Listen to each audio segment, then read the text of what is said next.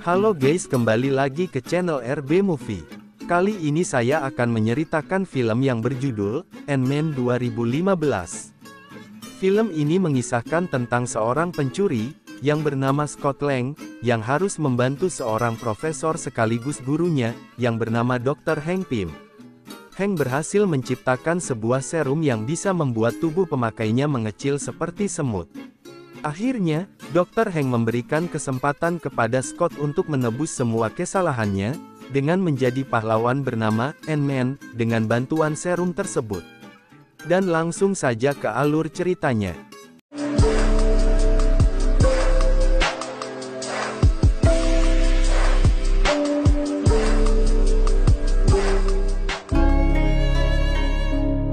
Pada tahun 1989 di dalam markas, seorang pria dengan tergesa-gesa, terlihat memasuki sebuah ruangan rapat. Ia adalah seorang ilmuwan, yang bernama Hank Pym. Dia tampaknya kurang senang dengan pegawainya, yang mencoba meniru hasil karyanya. Seorang petinggi yang bernama Howard Stark, mencoba memberi penjelasan, bahwa teknologi temuan Hank Pym, bisa digunakan untuk menyelamatkan dunia, tetapi Hank, yang menyadari temuannya ini, sangatlah berbahaya, akhirnya Hank mengundurkan diri.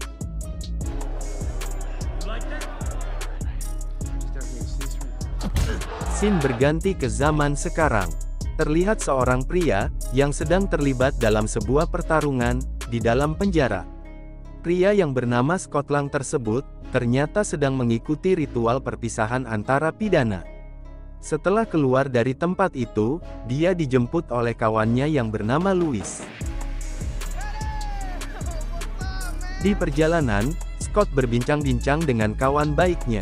Kemudian Louis mengajak Scott untuk bertemu dengan teman-teman lainnya, untuk kembali aksi kejahatan, yaitu mencuri. Namun Scott menolak, karena saat ini ia mempunyai seorang putri, dan dia juga mempunyai gelar sarjana teknik, jadi dia tidak khawatir akan masalah pekerjaan. Tetapi apa yang terjadi, bukannya mendapat pekerjaan yang layak, ia malah bekerja di Baskin Robbins sebagai pelayan. Nasib baik tidak berpihak kepada Scott, karena tiba-tiba ia dipecat begitu saja, karena bos mengetahui, jika Scott adalah mantan narapidana. Scott yang sekarang jadi pengangguran pun akhirnya mau tidak mau kembali menemui Louis di apartemennya. Scott curhat, kalau ia baru saja dipecat. Louis kemudian mengenalkan Scott kepada kawan-kawan yang lain, di mana mereka ternyata sedang merencanakan aksi pencurian. Louis mengajak Scott untuk terlibat dalam aksi pencurian itu, tapi Scott yang belum siap kembali ke dunia hitam pun menolaknya. Adegan berpindah, Pym yang sekarang sudah tua, berjalan memasuki perusahaan Pym Teknologis. Di dalam Hank bertemu dengan anaknya, dan seorang pria yang bernama Darren. Darren yang saat ini menjadi pimpinan Pym, Hope mengajak Hank, untuk melihat penemuan terbaru, dari perusahaan ini. Darren menjelaskan setelah dia mengambil alih perusahaan, dari tangan Hank Pym dia mengembangkan sebuah teknologi yang bisa merubah atom, sehingga bisa mengecilkan benda apapun sekaligus meningkatkan kepadatan dan kekuatan benda tersebut. Ia juga memperlihatkan bukti-bukti adanya suatu prajurit mini, di perang yang dapat menghancurkan musuh tanpa terlihat, karena ukurannya yang kecil. Hank pun berkata pada Darren, bahwa si manusia itu, disebut Ant-Man. Itu hanyalah sebuah dongeng belakang. Lalu Darren mengajak Hank, dan tamu undangan yang lain, memasuki ke dalam sebuah ruangan. Dengan teknologi yang dikembangkan saat ini, Darren mempertunjukkan sebuah kostum yang berhasil dia kecilkan, yang disebut sebagai Yellow Jackets. Darren mengatakan kalau legenda Ant-Man, kini menjadi nyata. Kembali ke Scott, ia menyadari bahwa akan lebih dari setahun, sebelum dia bisa melihat Casey lagi. Jika dia mengambil pekerjaan berupa minimum. Jadi dia menerima tawaran Louis. Dalam rencana perampokannya, Louis memiliki seorang teman bernama Emily, yang merupakan seorang pembantu rumah tangga, dan berkencan dengan teman Erson bernama Carlos, ia memberitahu Carlos bahwa pria yang rumahnya dia bersihkan memiliki brankas raksasa yang pasti menyimpan barang berharga, dan rumah itu tak lain dan tak bukan adalah Hank.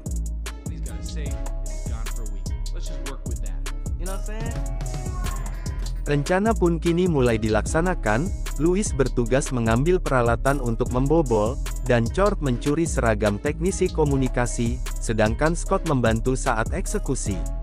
Malam itu mereka memblokir saluran listrik, serta memutus semua komunikasi telepon. Scott memanjat pagar, dan mengeluarkan sensor jendela, lalu membuka jendela, dan menuju ke ruang bawah tanah. Ia membuka pintu ruang bawah tanah, namun rupanya pintu kedua terkunci, dan berkode sidik jari. Menggunakan selotip yang mengangkat cetakan Hank, dan membuka pintu itu. Ketika dia sampai di brankas dia menyadari bahwa dia membutuhkan kecerdikan untuk membobol brankas. Dia mengebor lubang kecil, dan sekitar kunci lalu menyemprotkan air dan menggunakan nitrogen untuk membekukannya. Air beku membengkokkan baja, dan menyebabkan baut-bautnya keluar.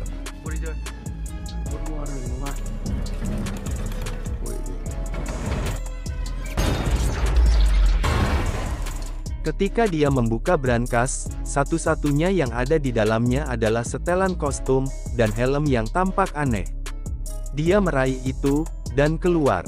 Sementara itu rupanya Hank menonton semua kejadian itu dari monitor di lantai atas.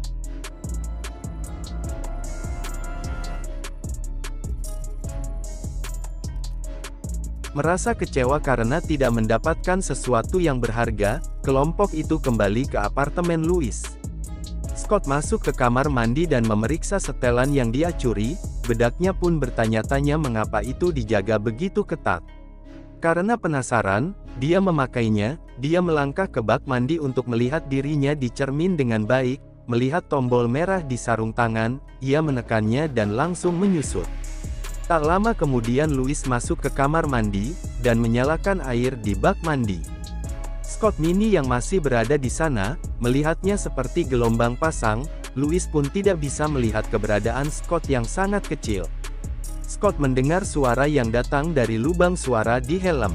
Dia mencoba menekan tombol biru untuk kembali ke ukuran normal tapi ternyata tidak berfungsi. Ia mendarat di celah, dan jatuh ke apartemen di bawah. Scott mendarat di salah satu pemutar piring hitam yang sedang dimainkan. Kemudian dia melompat bebas dan mendarat di lantai tempat orang-orang menari. Menghindari kaki raksasa, ia masuk ke bawah pintu, dan di mana dia segera tersedot oleh penyedot debu. Ketika kantong debu dikosongkan, dia pun terpental terbang keluar, melalui jendela, di atas kap mobil seorang pria. Rupanya tetesan hujan, membuat tombol biru terlepas, dan ia pun kembali ke ukuran normal. Ia memutuskan untuk mengembalikan kistum itu ke brankas Hank. Dia dengan mudah menerobos masuk ke dalam rumah lagi, dan mengembalikan kistum itu. Tapi ketika dia keluar ia sudah dikelilingi oleh polisi.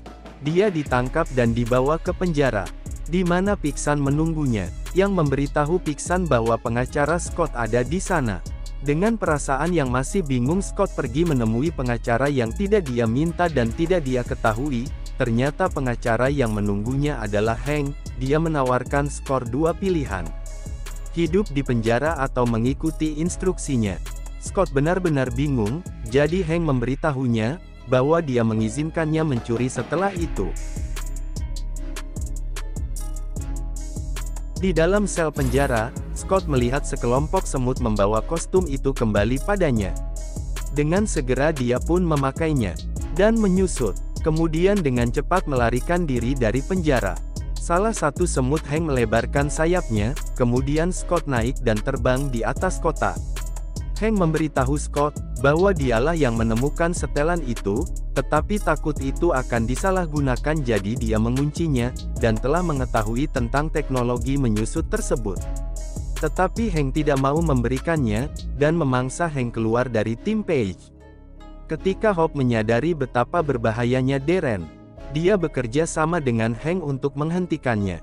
Hank memberitahu Scott, bahwa dia membutuhkannya, untuk menjadi Ant-Man, dan menghentikan orang-orang seperti Darren. Scott menyadari bahwa dia memiliki kesempatan untuk menjadi pahlawan sejati, jenis ayah yang pantas untuk putrinya.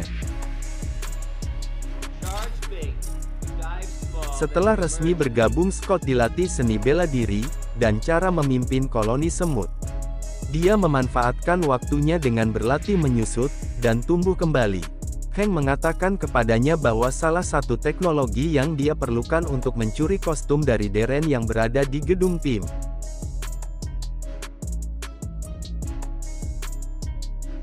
Ketika Scott terbang ke gedung, dia melihat bahwa itu adalah markas Avenger saat ini, menekan ke depan Scott mendarat di atap, dan memicu sensor.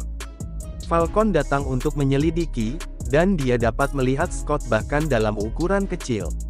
Pertempuran pun terjadi dengan Scott yang masuk ke Falcon, yang menyebabkan kerusakan dari dalam.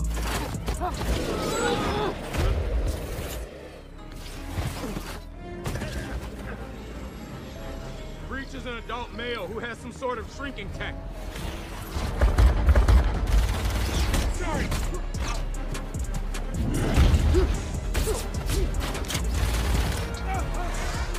He's inside my pack. Sorry. Ia pun berhasil melarikan diri, dengan peralatan yang dia butuhkan. Ketika Scott kembali, Hank menjelaskan kebenaran tentang bagaimana Ibu Hope meninggal. Kala itu ada MCBM yang diluncurkan di Amerika Serikat, dan Hank mencoba menghentikannya, tetapi bahkan dengan ukuran semut dia tidak bisa masuk. Dia memiliki setelan serupa yang disebut tawon, ia memutuskan untuk menyusut ke ukuran subatom dan mampu menghentikan rudal. Tetapi dia tidak bisa kembali dari ukuran itu dan tersesat di alam kuantum.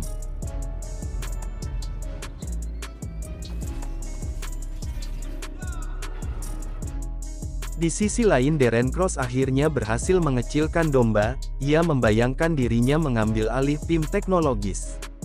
Ia mengundangkan pembukaan akbar lalu menelpon Hope dan mengatakan kepadanya, bahwa dia telah meningkatkan keamanan termasuk menutupi semua ventilasi dengan jari mikroskopis. Mereka menyadari pekerjaan itu akan lebih sulit dari yang mereka kira, dan mereka akan membutuhkan lebih banyak orang. Mereka pun akhirnya masuk, Louis menjaga keamanan dan menurunkan tekanan air. Sehingga Scott bisa masuk melalui pipa. Scott menanam bahan peledak di seluruh gedung, tetapi ketika dia mencoba mencuri kostum itu, dia terjebak dalam jebakan sel kaca yang digunakan oleh Darren. Darren berencana menjual teknologinya ke Hydra. Sebagian tahu bahwa dirinya telah masuk jebakan Darren, segera berubah menjadi ukuran normal dan menghancurkan sel kaca untuk melarikan diri. Ia pun menghadapi dia dan sekelompok agen Hydra yang ada di ruangan tersebut. Namun saat pertempuran berlangsung, Hank tertembak oleh salah satu agen Hydra. Scott menghampiri Hank yang tergeletak tak berdaya, namun dari belakang Darren menodongkan pistolnya ke kepala Scott. Scott yang marah, mencoba memanggil kawanan semut untuk melawan Darren. Darren yang kegatelan karena dikerumuskan semut, segera pergi menggunakan helikopternya. Sesampainya di helikopter, saat itu pula gedung PIM teknologi meledak, dan hancur menjadi bagian kuantum. Darren yang menyaksikan hal tersebut menjadi emosi, dan memutuskan untuk memakai setelan Yellow Jacket-nya. Dia berniat untuk membunuh Scott saat itu juga. Mereka pun bertarung di dalam helikopter.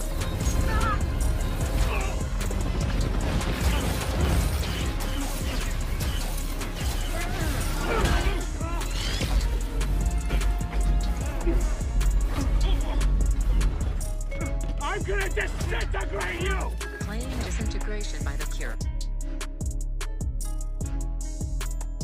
Setelah mereka berdua jatuh, Scott mampu menjebak Darren di dalam perangkap serangga milik salah satu warga sipil. Darren pun tak bisa berkutik. Tak lama kemudian polisi muncul untuk menangkap Scott, sebelum dia dapat menghancurkan kostum itu. Ternyata Darren berhasil meloloskan diri dari perangkap serangga. Darren pergi ke rumah Jim dan mengancam hidup mereka. Berharap untuk menarik Scott masuk, Scott tiba dan mereka bertarung lagi. Mereka bertarung di dalam lintasan kereta Thomas milik Casey. Tak ketinggalan memanggil kawanan semut untuk bergabung bersamanya. Di tengah pertempuran Scott mencoba melemparkan senjata pembesar yang diberikan Han padanya. Namun lemparannya selalu meleset, tak lama Jim tiba untuk menyelamatkan Cassie. Namun di saat mau naik ke lantai 2 dirinya terhalang oleh semut raksasa, semut pun pergi dan Jin berhasil menyelamatkan Cassie. Meninggalkan Scott dan Darren yang masih bertarung. Satu-satunya cara Scott bisa masuk ke dalam kostum Darren, adalah menyusut ke ukuran subatom. Di dalam setelan itu Scott menghancurkan tiap bagian sistemnya, dan menyebabkan Darren menyusut menjadi atom kuantum. Namun Scott jadi ikut terperangkap di alam kuantum. Tetapi mendengar suara Cassie, dia berhasil memanfaatkan kembali setelah itu dan membalikkan prosesnya hingga dapat mengembalikannya ke ukuran normal. Setelah pertempuran, Jim yang bersyukur melindungi Scott, sehingga dia tidak bisa kembali ke penjara, kehidupannya pun kembali menjadi normal, dan semut raksasa yang sebelumnya melarikan diri, sekarang menjadi hewan peliharaan Cassie. Dan film selesai.